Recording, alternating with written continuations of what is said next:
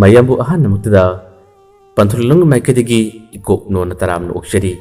ekhoi na sishu miyam gi damakta wari macha ma kudol tamjanaba ekhoi na puruk lakchari ngasigi wari macha sig maming sina nanthokhiba nga chawbra hojik tabirasi ekhoi na pujarak wari macha da nanthokhiba nga chawbra yamna lapna singya sig makhumak da legiba waiting chara sidani dore namadi toba makhoi anina mamana ba amkhak ngairadi dore na hai mamana ba tomada marup lamngan badubu mabu lakani haibrani tomana makumi lakani ngasawe ngonda paw pharakrabani mado yorlobu siaida mana chaning ba kai keno khara leini haibani adugi ngakting thingtha boragmani lani doren amadi tomo khaini wari hanaba matamda wa hainaba matamda doren hai as marup lamngan bado hore lakpadagi horani magi wari mayamado pangli ligadoribani masidagi khara chasilakpadagidi fajabi hana fajabigi wari dani mana tawdurse ado nanga lamngan bagadi fajana punmani fajabi mukhoini se koibu koina braba wadu tabada toman hai as kadaidi koina banoba koidabane fajabini di mabu yamunuksi habdi khangi aduba ngasi phawba mukhoini koina bagi wadi ai ta debo aduga nupi asina mabu nuksire khachire habigi matik masu napal gara karibra lene rebra kaino mi to bani se fajabi da mana tori mongse as khangdi kari haigadabano hek yengbudasu koina ba mi magi matok sumale aduga awoi ta na koina rabra habisu koina ramdi wari libdadi fajabi gi wari ngaktini ma lidise dorena mahai ado fajabi nataba atop nupi bu mabu koibu koibra to mana hai koibani as mana koibu nupi duna mangona tawbiru mongduga fajabina mangona khalisigadi as yanati khainabani adu khangde mi gi wakhol habisini doren hai makhoi animak loina matik charaba mi ngaktani fajabi su dum thabak tawri masu tawri makhoi animak thawsin pamsu chap manaribani as khangde se makhoi matik chaba sing wari se magi thokpa habduni asumna mamanaba anina ngaktang wari kaya ama khanaduna wari sanari ngai matam asida makhoi mamanaba lamngan masidi magi gari machada tongduna adumak chingkhong asik manak tam laklare mahangna khara laptana lakpado ubadagidi dore namadi to mokhoi ni hainare laklai he hauradabani hamtharaga chabadagidi fajabi gi wari ngakta ngairadabni law haduna makhoi ani changduna khara lama lakliba manaba lamngan masi ubadagi khut khatuna aduma kausilabi lamngan bi kausilapaga gari do khampatri magadi tombagdi yamna close oda punni tombu hana kori as tomba as fajabi do ma do engon da pai tholagi hobani he to asigi chana posing chu mana phanam lebi rakpani asumna gari do hairaptang khamna nomi tawduna madugi wadu paduna changsilai wadu dumna palakka matamda mamanaba anisi lon yengni phamthare jana basing phanam lede aduga jaminna si haduna hek phamthaba hobadagi ngasai hainara baduga jab manaba mongdani fajabi gi wari kaya matamba fajabi gi wari kaya amli bahori fajabina mabu ubda lon yengba mangonda nubidangda kol taktu wari sanaba amadi fajabina matam ayambada mangonda nuksibagi mataw utchubagi wari kaya se lamngan bana dore namadi to matanaba makhoi ani da wari kaya se nungai ba mongda adumak dirami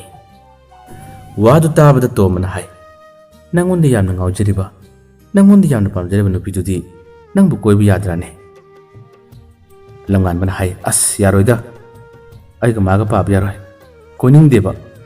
manu debu nuksiriba aigi damakta mateng yamna pangliba ado aina di mase nuksu yadeba as matam ayammadabudi aigi mateng pangi aigi damakta mana wasam wabi adubu ai mabudi koidi kuning dida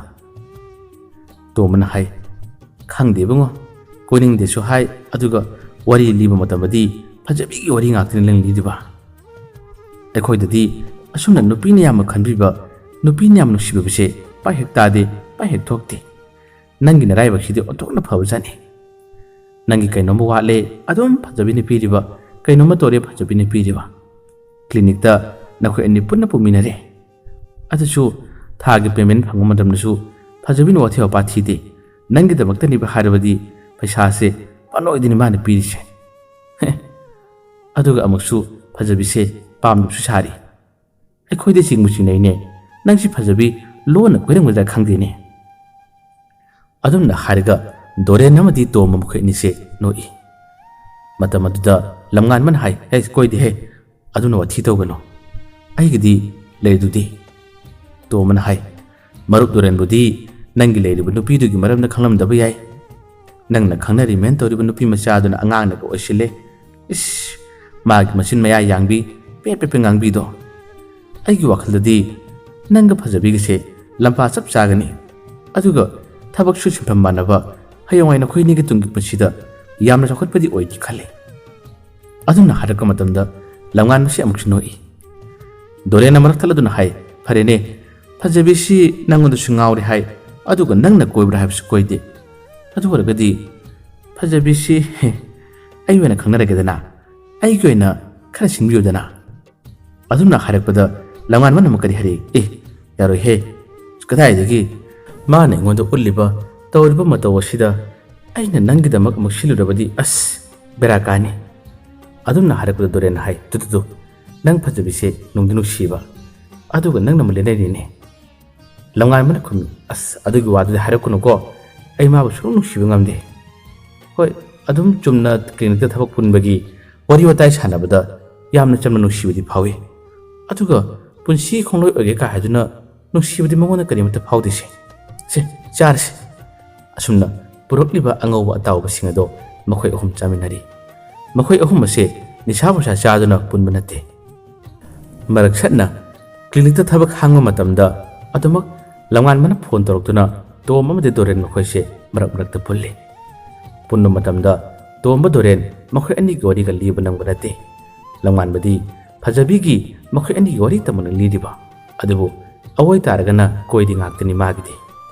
hodisu phadamna charba tungda phajabi makhoi ani gori kaya ama manadum tamnari clinic da makhoi ani punba gi wari atei mafam singda makhoi ani punba nungai ki gori kaya se aduma lidari doren tomba lona noi mangonda budi karimata haide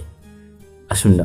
makhoi na chabalo dingai matam asida haibaga tobaga phajabi gi call ama lakhirami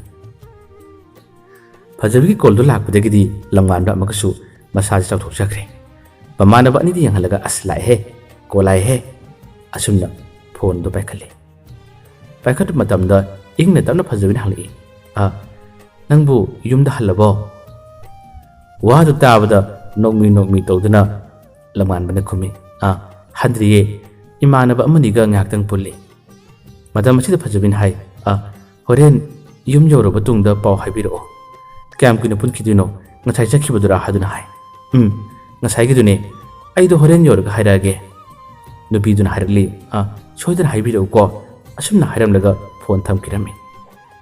adumna call tonabi khonjel singa dung ngaktang tabada mamanaba dorena swairi tutu nubisna nangbu kyagmti khanjariba nangna ikorum chakhi habasu man khangliba nangdo kadai yorabano kaidoribano amadi yumda halabra handabra habase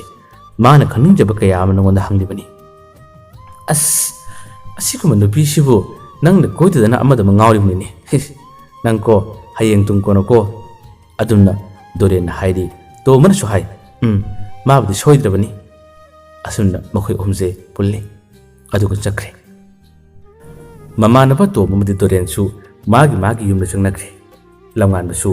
mayumda hallagi haduna hadkirami tombaga dorengadi khulmaseni lamngan mana thangnaba khundagini lamngan mana magi yumadu yorba matungda ngasai phajabin mangolda call tobir o harambadu mahakti kawkituna tawde ngahaktang masadu singdokpa lorba matungda mana khangna jeribi nupi sik oina wari saraga lekirami yamna kuina wari sanaki phajabidi achomda lamngan man mangonda paw phurakni haduna harau nungai jaki adabu pawdi phurakide numidangi pung nipan khara helaba matam masida lamngan ba chakcha tolubane masi phawada phajabi budi marang singludre pawsu hairamde phajabina matam masida call torai call torak matamda lamngan mase wakalai ꯑꯩꯗꯤ ꯉꯁꯥꯏ ꯌꯨꯝ ꯌꯧꯕꯒ ꯄꯥꯎ ꯍꯥꯏꯅꯤ ꯍꯥꯏꯔꯝꯕꯗꯨꯁꯨ ꯍꯥꯏꯈꯤꯗꯦꯅꯦ ꯃꯁꯤꯗꯒꯤ ꯃꯥꯒꯤ ꯊꯣꯛꯄ ꯃꯔꯝ ꯑꯃ ꯄꯤꯔꯒꯦ ꯍꯥꯏꯗꯨꯅ ꯐꯣꯟ ꯑꯗꯨ ꯄꯥꯏꯈꯠꯂꯦ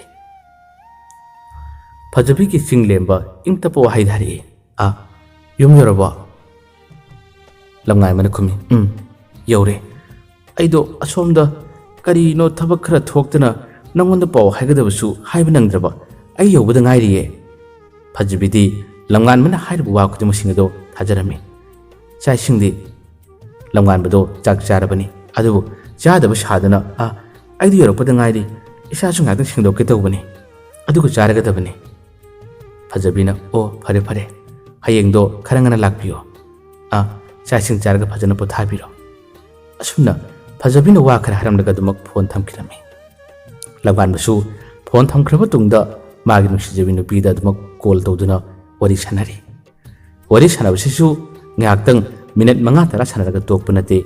ꯄꯨꯡ 1 ꯄꯨꯡ 2 ꯃꯁꯤꯒꯤ ꯃꯇꯝ ꯑꯁꯤ ꯂꯧꯗꯨꯅ ꯑꯗꯨꯃꯛ ꯂꯝꯉꯥꯟꯕꯅ ꯋꯥꯔꯤ ꯁꯥꯟꯅꯔꯤ ꯂꯝꯉꯥꯟꯕꯅ ꯀꯣꯏꯔꯤꯕ ꯅꯨꯄꯤ ꯑꯁꯤꯅ ꯑꯃꯨꯛ ꯈꯔ ꯑꯉꯥꯡꯅꯤ ꯑꯉꯥꯡ ꯑꯣꯏꯕꯒꯤ ꯍꯧꯅꯕꯤ ꯈꯔ ꯀꯣꯏꯕ ꯂꯥꯡꯕ ꯉꯥꯎꯕꯁꯦ ꯈꯔ ꯄꯥꯝꯖꯔꯝꯃꯤ ꯂꯝꯉꯥꯟꯕꯅ ꯃꯗꯨꯁꯤꯡ ꯑꯗꯨ ꯇꯧꯒꯅꯨ ꯍꯥꯏꯗꯨꯅ ꯈꯔ ꯃꯈꯩꯗꯤ ꯊꯤꯡꯉꯤ ꯑꯗꯨꯕꯨ ꯑꯉꯥꯡ ꯑꯣꯏꯕꯒꯤ ꯍꯧꯅꯕꯤ ꯑꯗꯨꯃꯛ ꯂꯥꯡꯅꯤꯡꯕ ꯀꯣꯏꯅꯤꯡꯕꯁꯤꯗꯤ ꯐꯥꯎꯏ ꯅꯨꯄꯤ ꯃꯆꯥ ꯑꯁꯤꯅꯁꯨ ꯂꯝꯉꯥꯟꯕꯗ ꯀꯦꯗꯨꯅ ꯋꯥ ꯀꯌꯥ ꯑꯃ ꯍꯥꯏ ꯂꯝꯉꯥꯟꯕꯗ ꯑꯁꯨꯝꯅ ꯅꯨꯄꯤ ꯃꯆꯥꯗꯨꯅ ꯀꯦꯊꯅꯧꯊꯗꯨꯅ ꯋꯥ ꯍꯥꯏꯔꯛꯄ ꯃꯇꯝꯗ ꯂꯝꯉꯥꯟꯕꯁꯦ ꯄꯨꯡꯉꯥꯎ ꯍꯦꯛꯇ ꯉꯥꯎꯕꯅꯤ ꯐꯖꯕꯤꯒꯤ ꯃꯇꯥꯡꯗꯗꯤ ꯃꯥꯅ ꯅꯣꯡꯃꯗ ꯀꯔꯤꯃꯠꯇ ꯈꯟꯗꯦ ꯀꯔꯤꯒꯨꯝꯕ ꯀꯥꯟꯗ ꯃꯃꯥꯟꯅꯕ ꯇꯣꯝꯕꯅ ꯋꯥ ꯍꯪꯕꯗ ꯐꯖꯕꯤꯒꯤ ꯃꯔꯝꯗ ꯃꯥꯅ ꯁꯨꯅꯁꯨ ꯍꯥꯏ ꯐꯖꯕꯤꯁꯤ ꯑꯩꯈꯣꯏꯒꯁꯨ ꯑꯗꯨꯝ ꯂꯣꯡꯒꯥ ꯑꯣꯏꯕꯅꯤꯅ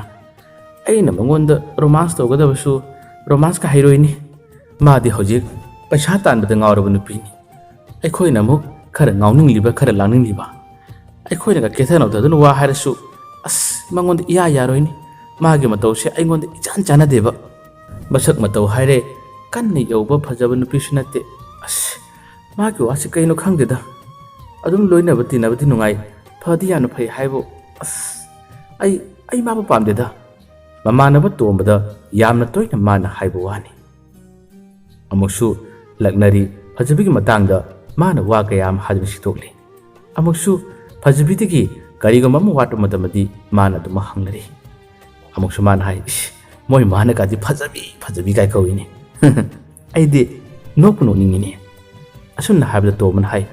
ꯅꯪ ꯑꯗꯨꯝꯃ ꯇꯧꯅꯨꯅꯦ ꯐꯖꯕꯤꯁꯦ ꯑꯃꯔꯣꯝꯗꯗꯤ ꯂꯥꯏꯅ ꯅꯪꯒꯤꯗꯃꯛꯇ ꯄꯤꯔꯛꯄ ꯅꯨꯄꯤꯅꯤ ꯅꯪ ꯑꯗꯨꯝ ꯍꯥꯏꯔꯤꯗꯣ ꯑꯗꯨꯝ ꯍꯥꯏꯍꯟꯅꯤꯡꯗꯦ ꯍꯥꯏꯗꯨꯅ ꯑꯗꯨꯝ ꯍꯥꯏ ꯀ꯭ꯂꯤꯅꯤꯛꯇ ꯌꯦꯡꯉꯨ ꯅꯕꯥꯅꯤ ꯄꯨꯜꯂꯦ ꯐꯖꯕꯤꯅ ꯂꯣꯏꯅ ꯃꯇꯦꯡ ꯄꯥꯡꯂꯤꯕ ꯅꯪꯒꯤꯗꯃꯛꯇ ꯅꯪꯒꯤ ꯍꯥꯏꯕꯕꯨ ꯆꯨꯝꯅ ꯀ꯭ꯂꯤꯅꯤꯛꯁꯤꯗ ꯅꯪꯅ ꯂꯥꯛꯄꯒꯤ ꯋꯥꯅꯤ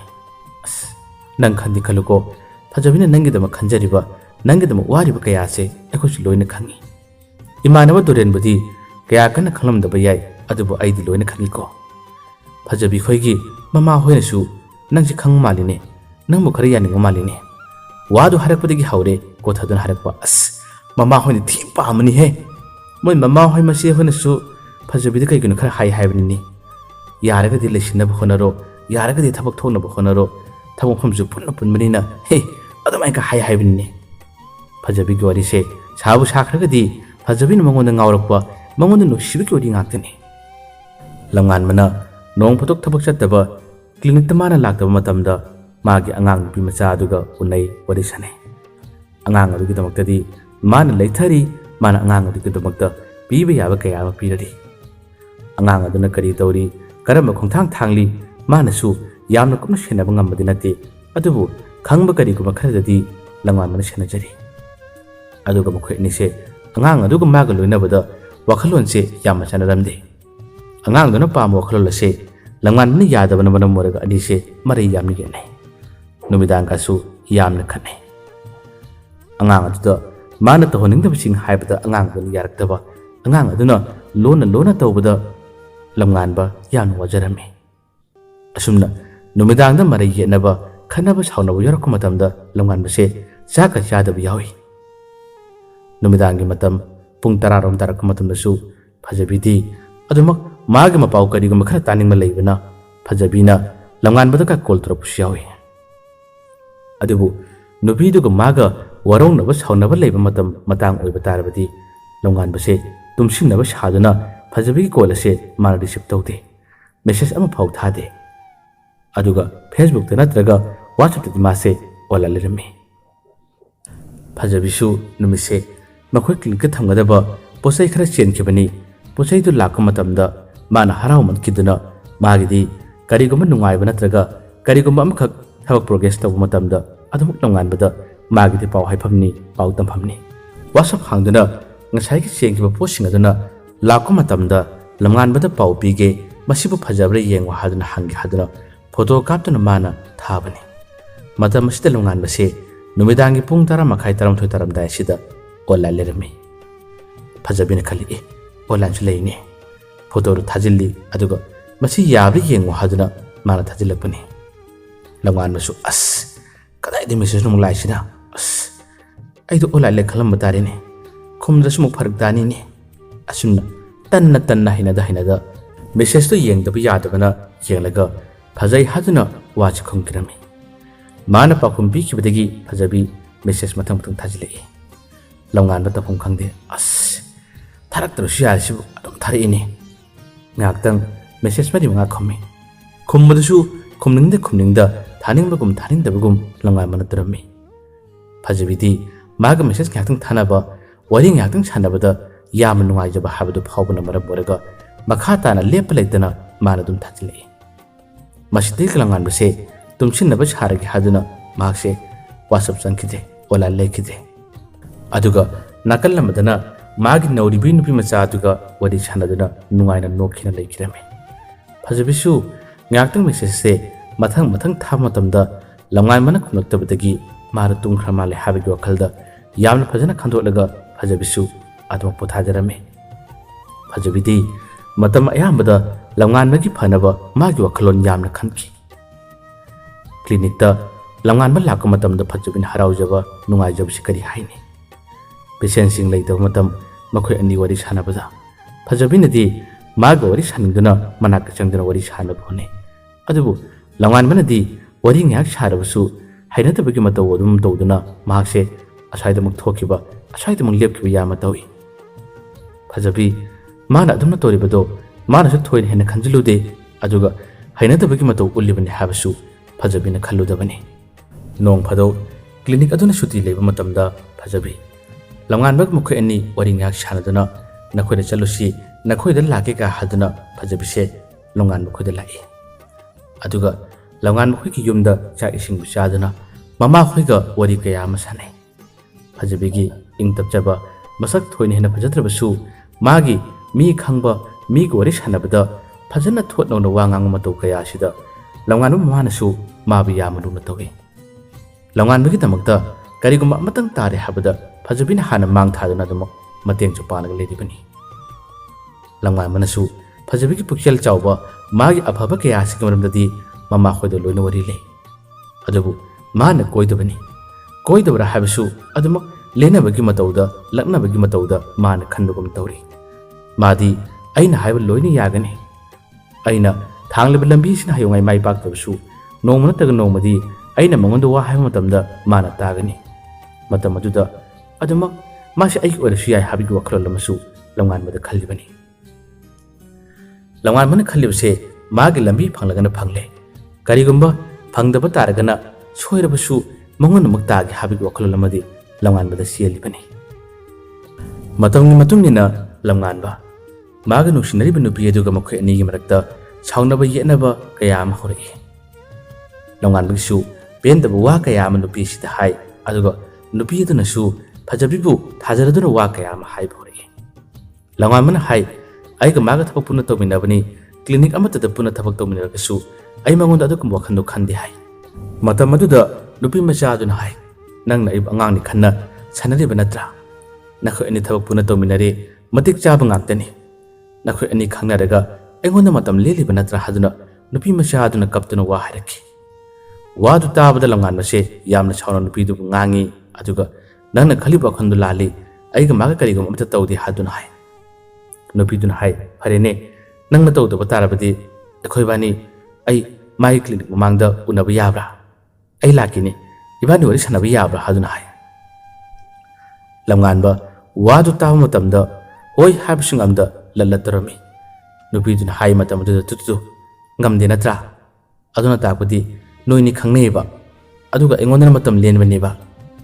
ꯅꯨꯄꯤ ꯑꯗꯨꯅ ꯑꯗꯨꯝꯅ ꯁꯨꯠ ꯁꯨꯠ ꯇꯧꯗꯨꯅ ꯋꯥ ꯍꯥꯏꯔꯛꯄ ꯃꯇꯝꯗ ꯂꯝꯉꯥꯟꯕꯁꯦ ꯈꯨꯝꯐꯝ ꯈꯪꯗ꯭ꯔꯦ ꯑꯣ ꯐꯔꯦ ꯐꯔꯦ ꯅꯪꯅ ꯌꯥꯝ ꯊꯥꯖꯗ꯭ꯔꯒꯗꯤ ꯂꯥꯛꯑꯣ ꯋꯥꯔꯤ ꯁꯥꯟꯅꯁꯤ ꯑꯁꯨꯝꯅ ꯃꯊꯪꯒꯤ ꯅꯨꯃꯤꯠ ꯑꯃꯗꯗꯤ ꯂꯝꯉꯥꯟꯕꯅ ꯀꯣꯏꯔꯤꯕ ꯅꯨꯄꯤ ꯑꯗꯣ ꯃꯈꯣꯏꯒꯤ ꯀ꯭ꯂꯤꯅꯤꯛ ꯑꯗꯨꯒꯤ ꯃꯌꯥꯃꯛꯇꯗ ꯂꯥꯛꯈꯤꯔꯝꯃꯤ ꯂꯝꯉꯥꯟꯕ ꯃꯇꯝ ꯑꯗꯨꯗ ꯊꯣꯛꯇꯨꯅ ꯅꯨꯄꯤꯗꯨꯒ ꯃꯥꯒ ꯋꯥꯔꯤ ꯁꯥꯟꯅꯈꯤ ꯃꯁꯤꯒꯤ ꯅꯨꯃꯤꯠ ꯑꯁꯤꯗ ꯑꯍꯥꯟꯕꯅꯤ ꯐꯖꯕꯤꯅ ꯂꯝꯉꯥꯟꯕꯒ ꯅꯨꯄꯤ ꯑꯗꯨꯒ ꯋꯥꯔꯤ ꯁꯥꯟꯅꯕꯁꯦ ꯎꯈꯤꯕꯁꯦ ꯑꯗꯨꯕꯨ ꯃꯉꯣꯟꯗ ꯊꯣꯏꯅ ꯍꯦꯟꯅ ꯌꯥꯝꯅ ꯀꯥ ꯍꯦꯟꯅ ꯍꯛꯆꯤꯟꯅ ꯋꯥꯈꯜꯗꯤ ꯈꯟꯁꯨ ꯈꯟꯈꯤꯗꯦ ꯂꯝꯉꯥꯟꯕꯒ ꯃꯥꯒꯤ ꯁꯥꯏ ꯑꯗꯨꯒ ꯋꯥꯔꯤ ꯁꯥꯟꯅꯔꯨꯔꯒ ꯆꯪꯂꯛꯄ ꯃꯇꯝꯗ ꯐꯖꯕꯤꯅ ꯌꯥꯝꯅ ꯆꯝꯅ ꯍꯪꯉꯤ ꯀꯅꯥꯅꯣ ꯁꯤꯕꯣ ꯂꯝꯉꯥꯟꯕꯅ ꯈꯨꯝꯃꯤ ꯏꯃꯥꯟꯅꯕꯤꯅꯦ ꯑꯗꯨꯝ ꯑꯩ ꯁꯤꯗ ꯂꯩ ꯍꯥꯏꯕꯗꯨꯗ ꯂꯥꯛꯄꯅꯤꯗ ꯐꯖꯕꯤꯁꯨ ꯑꯣ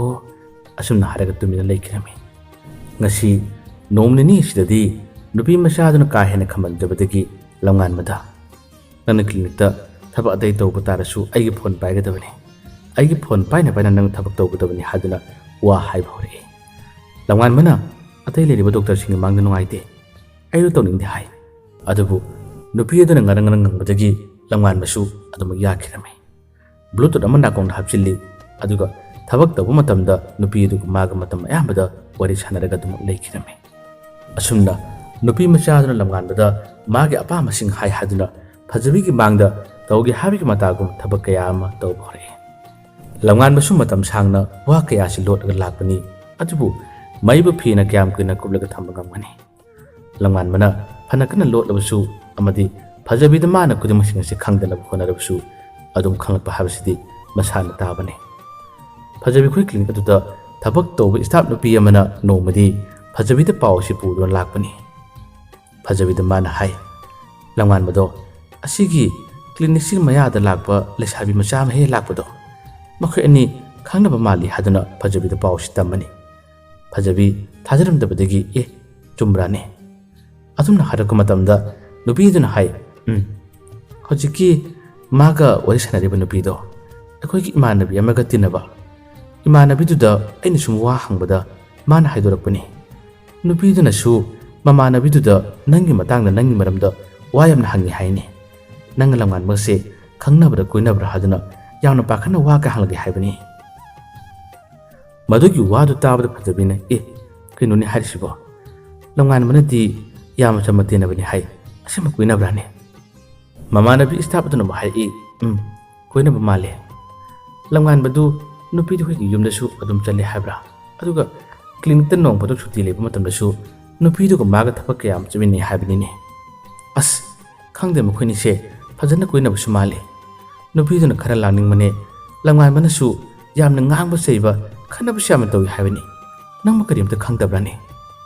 ꯑꯗꯣ ꯑꯩ ꯀꯩꯅꯣꯝꯇ ꯍꯪꯒꯦꯅꯦ ꯂꯝꯉꯥꯟꯕꯅ ꯑꯩꯈꯣꯏꯅꯤꯁꯤꯕꯨ ꯈꯪꯅꯗꯕ꯭ꯔꯥ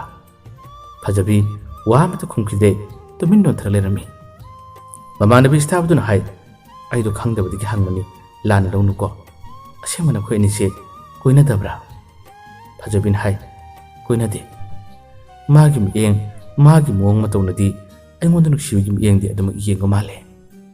ꯑꯩꯅꯁꯨ ꯃꯉꯣꯟꯗ ꯑꯗꯨꯝ ꯌꯦꯡꯉꯤ ꯑꯩꯗꯤ ꯉꯁꯤ ꯐꯥꯎꯕ ꯅꯨꯄꯥ ꯀꯣꯏꯗꯦ ꯃꯥꯒ ꯄꯨꯟꯕ ꯂꯣꯏꯅꯕꯁꯨ ꯌꯥꯝꯅ ꯅꯨꯡꯉꯥꯏ ꯁꯥꯊꯤꯅ ꯅꯨꯡꯉꯥꯏ ꯑꯩꯗꯣ ꯏꯁꯦꯡ ꯁꯦꯡꯅ ꯅꯪꯉꯣꯟꯗ ꯍꯥꯏꯈꯤ ꯅꯪꯅ ꯑꯇꯩ ꯂꯩꯔꯤꯕ ꯀꯅꯥꯒꯨꯝꯕꯁꯤꯅ ꯈꯪꯗꯅꯣ ꯑꯩ ꯃꯥꯕꯨꯗꯤ ꯌꯥꯝꯅ ꯅꯨꯡꯁꯤꯈꯤ ꯃꯥꯒꯤꯗꯃꯛꯇ ꯑꯩꯅ ꯌꯥꯝꯅ ꯈꯟꯈꯤ ꯃꯥꯒꯤ ꯑꯋꯥꯕ ꯀꯌా ꯑꯃ ꯂꯥꯛꯄꯗꯁꯨ ꯑꯩꯅ ꯌꯦꯡꯕꯁꯨ ꯉꯝꯗꯦ ꯑꯩ ꯃꯥꯕꯨꯗꯤ ꯌꯥꯝꯅ ꯊꯥꯖꯈꯤ ꯃꯥꯅ ꯑꯩꯉꯣꯟꯗ ꯅꯣꯡꯃ ꯅꯠꯇ꯭ꯔꯒ ꯅꯣꯡꯃꯗꯤ ꯍꯥꯏꯔꯛꯀꯅꯤ ꯍꯥꯏꯗꯨꯅ ꯈꯟꯈꯤꯕꯅꯤ ꯑꯗꯨꯕꯨ ꯉꯁꯤ ꯅꯪꯒꯤ ꯄꯥꯎ ꯑꯁꯤ ꯇꯥꯕꯗ ꯑꯩ ꯏꯁꯥꯁꯦ ꯀꯩꯅꯣꯝꯃ ꯇꯧꯏ ꯑꯩ ꯋꯥꯈꯜ ꯌꯥꯝꯅ ꯅꯨꯡꯉꯥꯏꯇꯦ ꯍꯥꯏꯗꯨꯅ ꯐꯖꯕꯤꯁꯦ ꯇꯨꯃꯤꯟꯅ ꯅꯣꯟꯊꯔꯒ ꯂꯩꯈꯤꯔꯝꯃꯤ ꯑꯁꯨꯝꯅ ꯅꯨꯃꯤꯠꯁꯤꯗꯅꯤ ꯂꯝꯉꯥꯟꯕꯅ ꯑꯇꯣꯞꯄ ꯅꯨꯄꯤ ꯑꯃ ꯀꯣꯏ ꯍꯥꯏꯕꯁꯦ ꯐꯖꯕꯤꯅ ꯈꯪꯂꯛꯈꯤꯕ ꯐꯖꯕꯤ ꯇꯧꯐꯝ ꯈꯪꯈꯤꯗꯦ ꯏꯀꯥꯏꯕ ꯅꯨꯡꯁꯤꯕ ꯀꯌꯥ ꯑꯃ ꯌꯥꯅꯈꯤ ꯃꯍꯥꯛꯇꯤ ꯂꯝꯉꯥꯟꯕꯒ ꯃꯈꯣꯏ ꯑꯅꯤ ꯃꯦꯁꯦꯖ ꯊꯥꯅꯕ ꯋꯥꯔꯤ ꯁꯥꯟꯅꯕ ꯀꯌꯥ ꯑꯃ ꯇꯧꯕꯁꯤꯗ ꯂꯝꯉꯥꯟꯕꯅꯁꯨ ꯃꯥꯕꯨ ꯅꯨꯡꯁꯤꯕ ꯌꯦꯡꯂꯛꯀꯅꯤ ꯃꯉꯣꯟꯗꯁꯨ ꯅꯨꯡꯁꯤꯕ ꯀꯌꯥ ꯑꯃ ꯐꯥꯎꯔꯝꯒꯅꯤ ꯍꯥꯏꯗꯨꯅ ꯈꯜꯂꯨꯕꯅꯤ ꯃꯍꯥꯛ ꯉꯁꯤ ꯐꯥꯎꯕꯗ ꯏꯪꯅ ꯆꯞꯅ ꯒ꯭ꯌꯥꯟ ꯇꯥꯅ ꯂꯩꯕꯗꯒꯤ ꯍꯦꯟꯗꯣꯛꯇꯨꯅ ꯀꯅꯥꯒꯨꯝꯕ ꯅꯨꯄꯥ ꯑꯃꯠꯇꯒ ꯆꯒꯠ ꯇꯧꯗꯦ ꯒ꯭ꯌꯥꯟ ꯇꯥꯅ ꯂꯩꯖꯕꯤꯅꯤ ꯑꯗꯨꯕꯨ ꯂꯝꯉꯥꯟꯕꯒꯤ ꯄꯥꯎ ꯑꯁꯤꯅ ꯃꯉꯣꯟꯗ ꯌꯥꯝꯅ ꯅꯨꯡꯉꯥꯏꯇꯕ ꯍꯥꯏꯕꯗꯣ ꯑꯗꯨꯝ ꯍꯦꯜꯂꯛꯏ नुमिसिमदी फजबी वखल नुंगाइतबना मरम ओरगा युमनसु चाक्या चाखिरमदे हानदी नुमिदांगी मतम ओरबसु एरोथिंगी मतम ओरबसु महांगना लमगानबदा कॉल तोनिंगबा मेसेज थानिंगमा कया फरम तारबसु हनक्ति अदुकुंबा माना फरम कयादो तमना तमना खर खरदी हंथरगे लमगानबसु फजबिन अदुमना मंगोंदो वा कया हायरक्तबा मेसेज कया थारक्तबा मतमदा फजबिसे करिगुम खरदी होंगलबरा हादुना लमगानबगी वखलदा खल्ले मतम खरकी मतुंगसु पाव अमगा मु लाखिरमे ngsaigi staff nupi sida mamanabidina tamlakpani fajabe pawm shari ine fajabin hai karim hare ino as langan bagi sai dugi mamanabido bachun jam kan mani ai mo nang sisu paw kra hare ine lamngan bagi sai na harakpani haibla kaino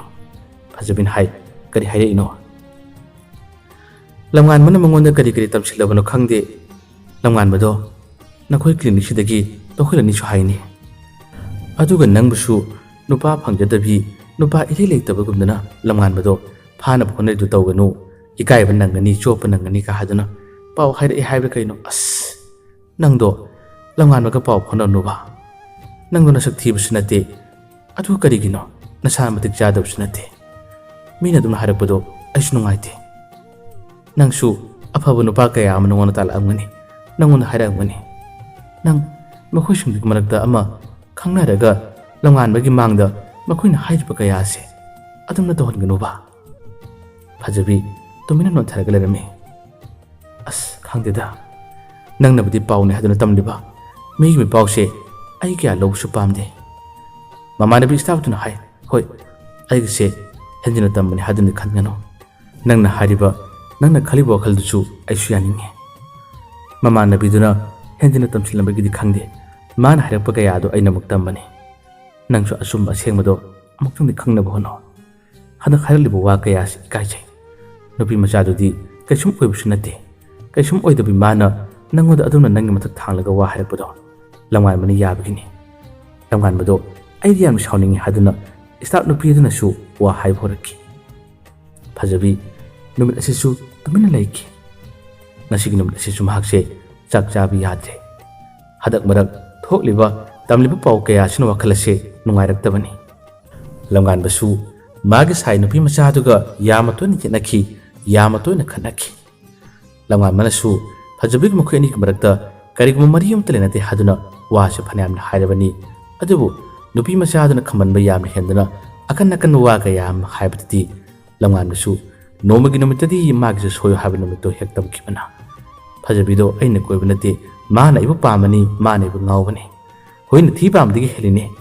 अइना थबामता तौबा यादे माना तुमकुने इनरिबा फजबिदो अइ करिगो मरियम तलेनते माना इबु गावबने हामने अइबु पामनेबा अस मसक खुथीदुगा अइबु पामदन माना तौबा मोंग मतौसिदे अइदो हाइनदबना अइदु मागे मनाक्ता लेदना बखनरबनी असिगुंबा अहेन बुवा कयासे मागे साइ अदुबु थियनबने हादुना माना वासे हेक हाइदबने अदुबु मागे साइ अदुनदी लंगान बना तुमना ngaखिबु वा कयासिदा कॉल रिकॉर्डिंग पुना तहौरे रेकॉर्डिंग तोखिबुदना मरम ओरगा मागे ममानबिदुदा अमुक थारमी अदुगा अमुक ममानबिदुना ngसाइगे मखोइ स्टाफ नुपिसिदा अमुक थाजिलकपनि स्टाफ नुपिसिदा थाजिलकपदगी स्टाफ नुपिसिनसु फजबिदा पावसे अमुक तमलकले फजबि आइदो पाव पुतम तंबि नुपिदा नते अदुबु मखोइना सानबि लीलासे अय्याम नुगाइते येंगोतो हायरलिबो वासे अमुक तारगी येंगो हादुना होजिक थारलिबा रिकॉर्डिंग असे हेक्ता हल्लुबनि मतम सिदा लंगान बना फजबिबु सिदोक्तुना फजबिना माबु यामना गावजबा माबु याना पामजबगी मतौदा वा कया अमा नुपिदुदा हाइखिबा नुपिदु मखोइना साउनबदा थेमनखिबगी वा कयासे होजिकति फजबि ताररे नुमिसिदा फजबिगी थमोयसे मसेत मसेत ताना काइबनि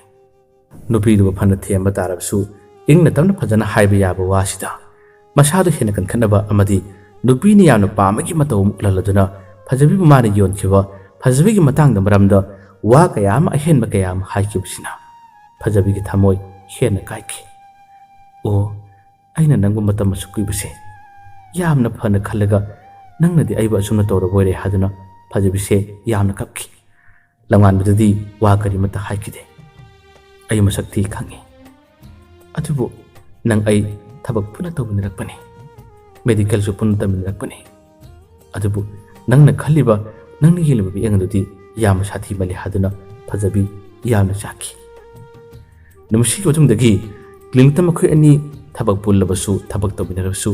ꯐꯖꯕꯤꯟ ꯃꯉꯣꯟꯗ ꯀꯌꯥ ꯀꯟꯅ ꯀꯧꯈꯤꯗ꯭ꯔꯦ, ꯐꯖꯕꯤꯟ ꯃꯉꯣꯟꯗ ꯀꯌꯥ ꯀꯟꯅ ꯋꯥ ꯍꯥꯏꯈꯤꯗ꯭ꯔꯦ. ꯑꯁꯨꯝꯅ ꯊꯥ 2-3ꯒꯤ ꯃꯇꯝ ꯑꯁꯤ ꯍꯧꯈ꯭ꯔꯦ. ꯃꯈꯣꯏ ꯑꯅꯤ ꯊꯕꯛꯇꯤ ꯄꯨꯟꯅ ꯂꯥꯛꯃꯤꯟꯅꯩ, ꯊꯕꯛ ꯄꯨꯟꯅ ꯇꯧꯃꯤꯟꯅꯔꯤ. ꯑꯗꯨꯕꯨ ꯋꯥꯗꯤ ꯅꯤꯡꯊꯤꯅ ꯉꯥꯡꯅꯈꯤꯗ꯭ꯔꯦ. ꯊꯥ 2-3ꯒꯤ ꯃꯅꯨꯡ ꯑꯁꯤꯗ ꯂꯝꯉꯥꯟꯕꯁꯨ ꯁꯥꯊꯤꯕ ꯊꯧꯗꯣꯛ ꯀꯌꯥ ꯑꯃ ꯊꯣꯛꯈꯤ. ꯃꯥꯒꯤ ꯁꯥꯏ ꯑꯗꯨꯒ ꯃꯥꯒ ꯌꯥꯝꯅ ꯈꯠꯅꯈꯤ, ꯌꯥꯝꯅ ꯂꯥꯎꯅꯈꯤ. ꯑꯉꯥꯡ ꯑꯗꯨꯅ ꯏꯉꯥꯎ ꯉꯥꯎꯖꯕ, ꯃꯥꯅ ꯂꯥꯡꯕ ꯀꯦꯕ ꯀꯌꯥ ꯑꯃ ꯇꯧꯕ ꯑꯃꯗꯤ ꯃꯉꯣꯟꯗ ꯈꯝꯕꯟꯕ ꯀꯌా ꯑꯃ ꯇꯧꯔꯝꯕꯁꯨ ꯑꯉꯥꯡ ꯑꯗꯨꯁꯨ ꯂꯣꯟꯅ ꯅꯨꯄꯥ ꯀꯣꯏꯅꯔꯝꯕꯁꯦ ꯂꯝꯉꯥꯟꯕꯅ ꯐꯥꯈꯤꯔꯝꯃꯤ. ꯂꯝꯉꯥꯟꯕ ꯌꯥꯝꯅ ꯁꯥꯎꯈꯤ. ꯅꯪꯅ ꯑꯩꯉꯣꯟꯗ ꯋꯥ ꯑꯀꯟꯕ ꯌꯥꯝꯅ ꯍꯥꯏ, ꯅꯨꯄꯤꯒꯤ ꯑꯗꯨꯒꯤ ꯑꯗꯥꯒꯤ ꯌꯥꯝꯅ ꯍꯥꯏꯔꯒ ꯅꯪꯅ ꯑꯔꯥꯟꯕ ꯊꯕꯛ ꯇꯧꯔꯝꯕ ꯍꯥꯏꯗꯨꯅ ꯃꯈꯣꯏ ꯑꯅꯤꯁꯦ ꯌꯥꯝꯅ ꯈꯠꯅꯈꯤ. ꯅꯨꯄꯤꯗꯨꯅ ꯄꯥꯏꯔꯝꯕ ꯐꯣꯟ ꯐꯥꯎꯕ ꯃꯥꯅ ꯂꯥꯛꯇꯨꯅ ꯂꯪꯕꯗ ꯀꯥꯏꯈꯤꯔꯝꯃꯤ. ꯑꯁꯨꯝꯅ ꯃꯈꯣꯏ ꯑꯅꯤꯁꯦ ꯌꯥꯝꯅ ꯅꯨꯡꯉꯥꯏꯅꯗꯕ ꯈꯠꯅꯕꯒꯤ ꯊꯧꯗꯣꯛ ꯑꯃ ꯊꯣꯛꯈꯤꯔꯝꯃꯤ. ꯂꯝꯉꯥꯟꯕ ꯃꯥꯒꯤ ꯋꯥꯈꯜꯂꯣꯟ ꯑꯁꯦ ꯉꯥꯏꯍꯥꯛꯀ ꯇꯨꯃꯤꯟꯅ ꯂꯩꯇꯥꯅ ꯂꯩꯕꯁꯨ ꯉꯝꯈꯤꯗꯕꯅꯤ. ꯑꯉꯥꯡ ꯀꯣꯏꯔꯨꯕ꯭ꯔꯥ ꯍꯥꯏꯕꯕꯨ ꯑꯣꯟꯊꯣꯛꯅ ꯂꯥꯛꯅꯕ ꯄꯥꯟꯅꯕꯗ ꯋꯥꯕꯒꯤ ꯃꯇꯧ ꯑꯃ ꯂꯝꯉꯥꯟꯕꯗ ꯊꯣꯛꯈꯤꯔꯝꯃꯤ. ꯑꯁꯨꯝꯅ ꯊꯥ 3ꯒꯤ ꯃꯇꯨꯡꯒꯤ ꯋꯥꯔꯤꯅꯤ. ꯊꯥ 3ꯒꯤ ꯃꯇꯨꯡꯗꯗꯤ ꯂꯝꯉꯥꯟꯕꯁꯨ ꯃꯥꯒꯤ ꯁꯥꯏ ꯑꯗꯨꯒ ꯋꯥꯔꯧꯅꯔꯤꯕꯅꯤ, ꯁꯥꯎꯅꯔꯤꯕꯅꯤ ꯍꯥꯏꯗꯨꯅ ꯂꯩꯕ ꯃꯇꯝꯅꯤ. ꯂꯝꯉꯥꯟꯕ ꯋꯥꯈꯜ ꯌꯥꯝꯅ ꯅꯨꯡꯉꯥꯏꯇꯅ ꯃꯃꯥꯟꯅꯕ ꯇꯣꯝ ꯑꯃꯗꯤ ꯗꯣꯔꯦꯟ ꯃꯈꯣꯏ ꯄꯨꯜꯂꯤ. ꯃꯍꯥꯛꯅ ꯃꯥꯒꯤ ꯁꯥꯏ ꯑꯗꯨꯒꯤ ꯅꯨꯡꯉꯥꯏꯅꯗꯕ ꯋꯥꯔꯧꯅꯕ ꯀꯌꯥꯗꯨꯁꯨ ꯑꯗꯨꯃꯛ ꯂꯤꯔꯔꯤ. ꯑꯁꯨꯝꯅ ꯃꯇꯝ ꯈꯔ ꯑꯁꯤ ꯀꯅꯥꯒꯨꯝꯕ ꯑꯃꯠꯇꯒ ꯄꯥꯎ ꯐꯥꯎꯅꯗꯕ ꯃꯇꯥꯡꯅꯤ. ꯃꯇꯝ ꯑꯁꯤꯗ ꯇꯣꯝꯕꯅ ꯍꯥꯏ, ꯑꯗꯨ ꯐꯖꯕꯤꯗꯤ ꯀꯣꯜ ꯇꯧꯔꯛꯂꯤꯕ꯭ꯔꯥ? ꯂꯝꯉꯥꯟꯕꯅ ꯈꯨꯝꯃꯤ, ꯇꯧꯔꯛꯇꯦꯗ, ꯀꯨꯏꯔꯦ ꯑꯩꯒ ꯃꯥꯒꯁꯨ ꯋꯥꯔꯤ ꯁꯥꯟꯅꯗꯕ. ꯀ꯭ꯂꯤꯅꯤꯛꯇꯕꯨꯗꯤ ꯉꯥꯏꯍꯥꯛꯇꯪ ꯋꯥꯔꯤ ꯁꯥꯟꯅꯕꯁꯤ ꯅꯠꯇꯅ ꯐꯣꯟꯗ ꯀꯩꯗ ꯋꯥꯔꯤ ꯁꯥꯟꯅꯗꯕꯁꯦ ꯃꯇꯝ ꯌꯥꯝꯅ ꯀꯨꯏꯔꯦ. ꯇꯣꯝꯕꯅ ꯍꯥꯏ, ꯑꯩꯈꯣꯏꯅꯗꯤ ꯍꯥꯟꯅ ꯍꯥꯏꯕꯅꯤ, ꯐꯖꯕꯤꯁꯦ ꯅꯪꯒꯤꯗꯃꯛꯇꯗꯤ ꯌꯥꯝꯅ ꯈꯜꯂꯤ ꯍꯥꯏꯗꯨꯅ. ꯑꯗꯨꯕꯨ ꯃꯥꯅ ꯅꯪꯕꯨ ꯌꯥꯝꯅ ꯅꯨꯡꯁꯤꯔꯁꯨ ꯅꯪꯅ ꯃꯉꯣꯟꯗ ꯅꯨꯡꯁꯤꯕꯒꯤ ꯃꯇꯧ ꯑꯃꯠꯇ ꯎꯠꯇꯕꯁꯤꯗ ꯃꯥꯗꯣ ꯏꯀꯥꯏꯔꯝꯒꯅꯤ. ꯑꯁꯨꯝꯅ ꯍꯥꯏꯔ ꯐꯥꯎꯕꯗ ꯂꯝꯉꯥꯟꯕꯗꯤ ꯆꯥꯎꯊꯣꯛꯂꯤ. ꯑꯁ ꯀꯥꯏꯗ ꯏꯀꯥꯏꯕꯅꯣꯗ, ꯑꯩꯅ ꯃꯉꯣꯟꯗ ꯅꯣꯡ ꯅꯤꯅꯤꯇꯪ ꯋꯥꯔꯤ ꯁꯥꯗꯨꯅ ꯅꯨꯡꯁꯤ ꯃꯤꯠꯌꯦꯡ ꯑꯃ ꯌꯦꯡꯕꯗ ꯃꯥꯗꯤ ꯑꯩꯉꯣꯟꯗ ꯀꯦꯜꯂꯒꯗꯕꯅꯤ. ꯇꯣꯝꯕꯅ ꯍꯥꯏ, ꯇꯧꯅꯨꯗ, ꯅꯪꯅ ꯑꯗꯨꯝ ꯅꯥꯄꯜ ꯀꯥꯕꯗꯨ ꯀꯥꯅꯨꯅꯤ. ꯅꯨꯄꯤ ꯃꯥꯁꯨ ꯊꯃꯣꯏ ꯄꯥꯜꯂꯤꯕꯅꯤꯅꯦ. ꯅꯪꯅ ꯃꯉꯣꯟꯗ ꯍꯩꯅꯤꯡꯕ ꯁꯤꯅꯤꯡꯗꯕ, ꯃꯉꯣꯟꯗ ꯅꯨꯡꯁꯤꯕꯒꯤ ꯃꯤꯠꯌꯦꯡ ꯑꯃꯠꯇ ꯌꯦꯡꯗꯕꯗ ꯅꯪꯅ ꯅꯣꯡꯃ ꯅꯠꯇ꯭ꯔꯒ ꯅꯣꯡꯃꯗꯤ ꯋꯥ ꯍꯥꯏꯕꯗ ꯃꯥꯅ ꯌꯥꯔꯛꯀꯅꯤ ꯈꯟꯕꯗꯣ ꯑꯗꯨ ꯈꯟꯒꯅꯨ. ꯗꯣꯔꯦꯟ, ꯆꯨꯝꯗ꯭ꯔꯥꯅꯦ? ꯗꯣꯔꯦꯟꯅꯁꯨ ꯍꯥꯏ, ꯑꯆꯨꯝꯕꯅꯤ. ꯅꯪꯅ ꯈꯜꯂꯤꯕ ꯋꯥꯈꯜꯗꯣ ꯂꯥꯟꯒꯅꯤ. ꯅꯪꯅ ꯃꯉꯣꯟꯗ ꯅꯨꯡꯁꯤꯕꯒꯤ ꯋꯥꯔꯤ ꯁꯥꯕꯁꯨ ꯅꯠꯇꯕ, ꯑꯗꯨꯒ ꯃꯥꯅ ꯀꯣꯜ ꯇꯧꯔꯁꯨ ꯋꯥ ꯍꯥꯏꯔꯁꯨ ꯀꯌꯥ ꯀꯟꯅ ꯊꯧꯁꯥꯗꯕ ꯅꯪꯅ ꯅꯪꯅ ꯍꯥꯏꯕ ꯃꯇꯝꯗ ꯌꯥꯔꯛꯀꯅꯤ ꯀꯥ ꯍꯥꯏꯅꯤ. ꯐꯩꯅꯦ, ꯍꯧꯖꯤꯛ ꯀꯣꯜ ꯑꯃ ꯇꯧꯅꯦ. ꯍꯧꯖꯤꯛ ꯀꯣꯜ ꯑꯃ ꯇꯧꯋꯣꯕ. ꯅꯕꯥꯅꯤ ꯄꯥꯎ ꯐꯥꯎꯅꯗꯕ ꯀꯨꯏꯔꯦ ꯍꯥꯏꯗꯥꯏꯅꯦ. ꯍꯧꯖꯤꯛ ꯀꯣꯜ ꯇꯧꯁꯤꯜꯂꯣꯅꯦ. ꯃꯥꯅ ꯅꯉꯣꯟꯗ ꯋꯥ ꯉꯥꯡꯂꯛꯄꯗ ꯅꯨꯡꯁꯤꯕꯒꯤ ꯋꯥꯍꯩ ꯍꯥꯏꯔꯛꯄꯗ ꯌꯦꯡꯁꯦꯕ. ꯍꯦꯛ ꯍꯥꯏꯔꯛꯄ ꯇꯥꯔꯕꯗꯤ ꯅꯪꯅ ꯍꯥꯏꯕ ꯋꯥꯗꯣ ꯑꯩꯈꯣই ꯊꯥꯖꯒꯦꯕ. ꯑꯃ ꯇꯧꯅꯦ ꯍꯥꯏꯗꯨꯅ ꯍꯥꯏꯔꯝꯃꯤ. ꯂꯝꯉꯥꯟꯕꯁꯨ ꯃꯥꯒꯤ ꯁꯥꯏꯒ ꯁꯥꯎꯅꯕ ꯀꯔꯤꯒ ꯅꯥꯄꯜ ꯍꯦꯛ ꯀꯥꯗꯅ ꯇꯧꯒꯤꯅꯤ. ꯐꯖꯕꯤꯗꯣ ꯑꯩ ꯀꯣꯜ ꯇꯧꯒꯦ. ꯑꯁꯨꯝꯅ ꯀꯣꯜ ꯇꯧꯁꯤꯜꯂꯤ. ꯑꯍꯥꯟꯕ ꯔꯤꯡ ꯆꯠꯄꯗ ꯐꯖꯕꯤꯗꯣ ꯄꯥꯏꯈꯠꯂꯛꯇ꯭ꯔꯦ. ꯄꯥꯏꯈꯠꯂꯛꯇꯕ ꯃꯇꯝꯗ ꯃꯃꯥꯟꯅꯕ ꯑꯅꯤꯗꯨ ꯅꯣꯛꯄ ꯍꯧꯔꯛꯂꯦ. ꯇꯨꯗꯨꯗꯣ ꯄꯥꯏꯔꯛꯄ꯭ꯔꯥ ꯍꯥꯏꯗꯨꯅ ꯍꯥꯏ. ꯂꯝꯉꯥꯟꯕꯅ ꯍꯥꯏ, ꯃꯥ ꯀ꯭ꯂꯤꯅꯤꯛꯇ ꯂꯩꯔꯝꯒꯅꯤ. ꯊꯕꯛ ꯆꯤꯟꯕꯒꯤ ꯑꯣꯏꯔꯝꯕꯁꯨ ꯌꯥꯏꯗ. ꯑꯃꯨꯛꯀ ꯇꯧꯒꯦ. ꯃꯊꯪ ꯑꯃꯨꯛ ꯇꯧꯁꯤꯜꯂꯤ. ꯃꯊꯪ ꯇꯧꯕ ꯃꯇꯝꯗꯗꯤ ꯐꯣꯟ ꯄꯥꯏꯈꯠꯂꯛꯏ. ꯂꯝꯉꯥꯟꯕꯅ ꯏꯪꯅ ꯇꯞꯅ ꯍꯜꯂꯣ ꯍꯥꯏꯗꯨꯅ ꯍꯦꯛ ꯋꯥ ꯍꯥꯏꯔꯨꯕꯅꯤ. ꯃꯇꯝ ꯑꯁꯤꯗ ꯐꯖꯕꯤꯅ ꯍꯥꯏ, ꯑꯩꯗꯣ ꯄꯦꯁꯦꯟ ꯑꯃ ꯌꯦꯡꯉꯤ, ꯀꯣꯟꯅ ꯄꯥꯎ ꯐꯥꯎꯅꯁꯦ. ꯑꯁꯨꯝꯅ ꯍꯥꯏꯔꯝꯂꯒ ꯐꯣꯟ ꯑꯗꯣ ꯊꯝꯈꯤꯕꯅꯤ. ꯐꯣꯟꯗꯨ ꯊꯝꯈꯤꯕ ꯃꯇꯝꯗ ꯃꯃꯥꯟꯅꯕ ꯇꯣꯝꯕ ꯑꯃꯗꯤ ꯗꯣꯔꯦꯟꯁꯤ ꯅꯣꯛꯏ.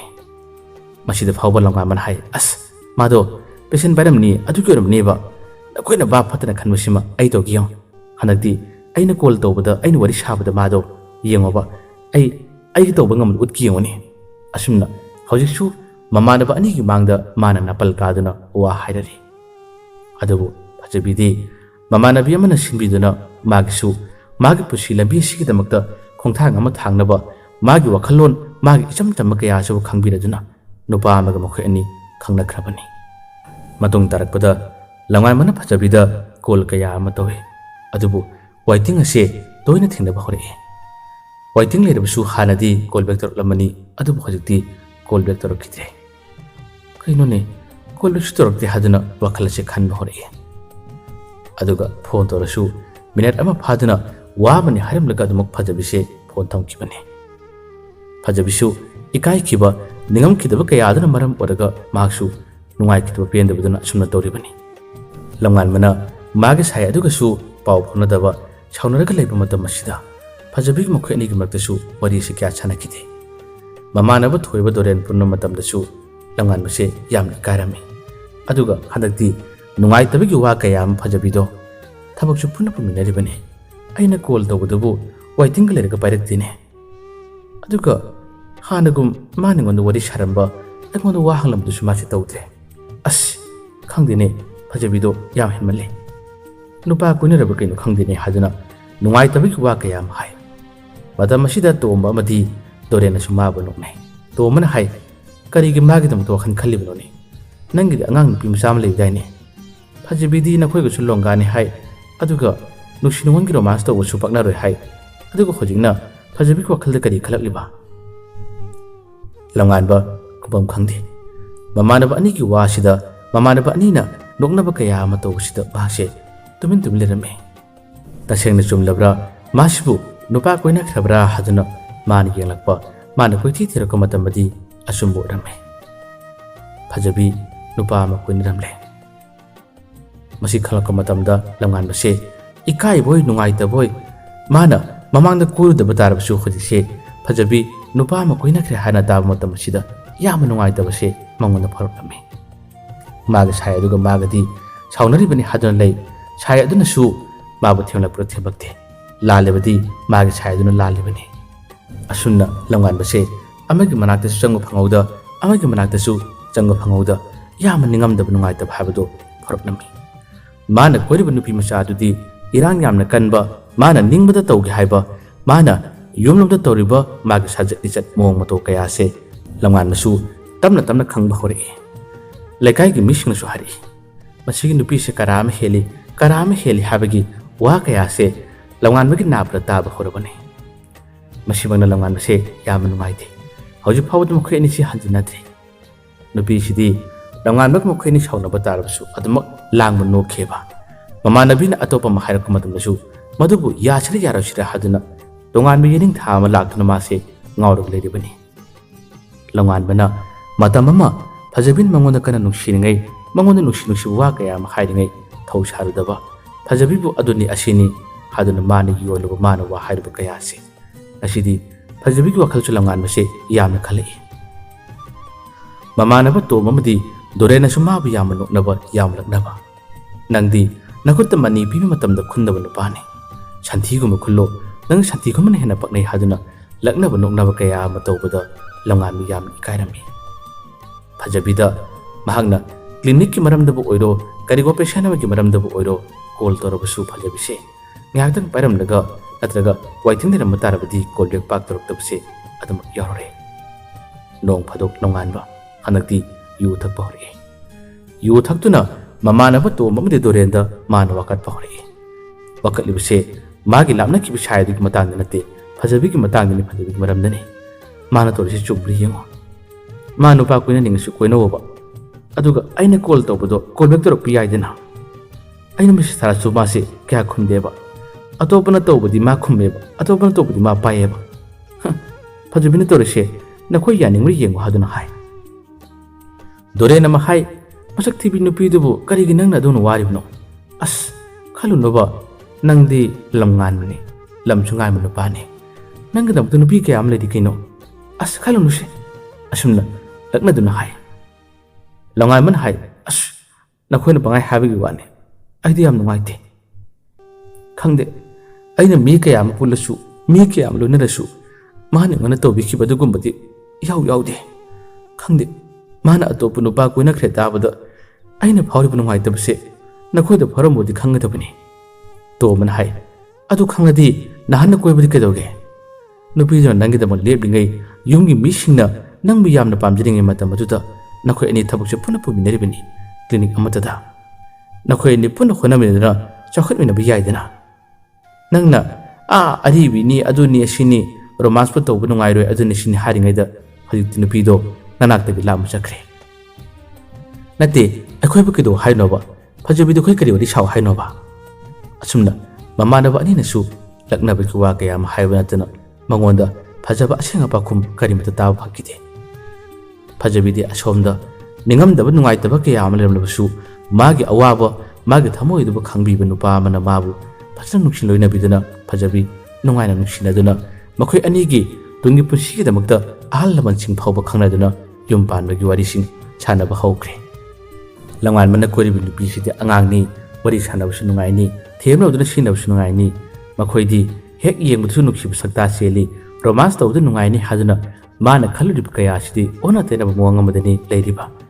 ꯅꯨꯄꯤꯁꯤꯡꯅꯁꯨ ꯃꯉꯣꯟꯗ ꯀꯣꯜ ꯇꯧꯔꯛꯇꯦ, ꯃꯥꯗꯤ ꯅꯥꯀꯜ ꯑꯃꯗ ꯉꯥꯎꯔꯒ ꯂꯩꯔꯤ꯫ ꯑꯣꯟꯊꯣꯛꯄ ꯃꯑꯣꯡ ꯑꯃꯗꯅꯤ ꯍꯧꯖꯤꯛ ꯂꯝꯉꯥꯟꯕ ꯂꯩꯔꯤꯕꯁꯦ꯫ ꯍꯥꯏꯅꯕ ꯂꯩ, ꯅꯥꯟꯊꯣꯛꯈꯤꯕ ꯉꯥ ꯆꯥꯎꯕ꯭ꯔꯥ? ꯏꯅꯥꯛꯇ ꯂꯩꯔꯤꯉꯩ ꯑꯩꯒꯤꯗꯃꯛ ꯀꯌꯥꯝ ꯈꯟꯕꯤꯕ, ꯑꯩꯒꯤꯗꯃꯛ ꯀꯌꯥꯝ ꯅꯨꯡꯁꯤꯕꯗꯣ ꯈꯪꯗꯦ ꯍꯥꯏꯕꯗꯨꯅꯤ꯫ ꯐꯖꯕꯤꯅ ꯂꯝꯉꯥꯟꯕꯒꯤꯗꯃꯛꯇꯤ ꯌꯥꯝꯅ ꯋꯥꯈꯤ, ꯌꯥꯝꯅ ꯈꯟꯈꯤ, ꯌꯥꯝꯅ ꯅꯨꯡꯁꯤꯈꯤ꯫ ꯅꯨꯄꯤ ꯑꯣꯏꯕꯅꯤꯅ ꯃꯥꯅ ꯍꯥꯏꯗꯣꯛꯄ ꯐꯣꯡꯗꯣꯛꯄ ꯉꯝꯗꯕꯒꯤ ꯋꯥꯅꯤ꯫ ꯊꯃꯣꯏꯗꯗꯤ ꯃꯥꯒꯤ ꯃꯃꯤ ꯀꯌꯥ ꯑꯃ ꯂꯥꯠꯂꯒ ꯂꯩꯔꯤꯕꯅꯤ꯫ ꯑꯗꯨꯕꯨ ꯃꯤꯒꯤꯁꯨ ꯊꯃꯣꯏ ꯄꯥꯜꯂꯤꯕꯅꯤ꯫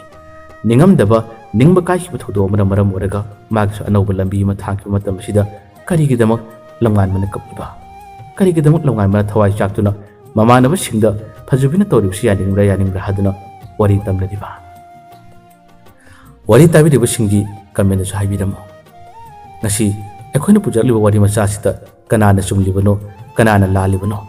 ꯑꯗꯨꯒ ꯑꯁꯤꯒꯨꯝꯕ ꯊꯧꯗꯣꯛꯁꯤꯡ ꯅꯈꯣꯏꯒꯤ ꯄꯨꯟꯁꯤꯗꯁꯨ ꯊꯣꯛꯄ ꯊꯦꯡꯅꯕ ꯌꯥꯎꯕꯤꯕ꯭ꯔꯥ? ꯃꯌꯥꯝꯕꯨ ꯑꯔꯣꯏꯕꯗ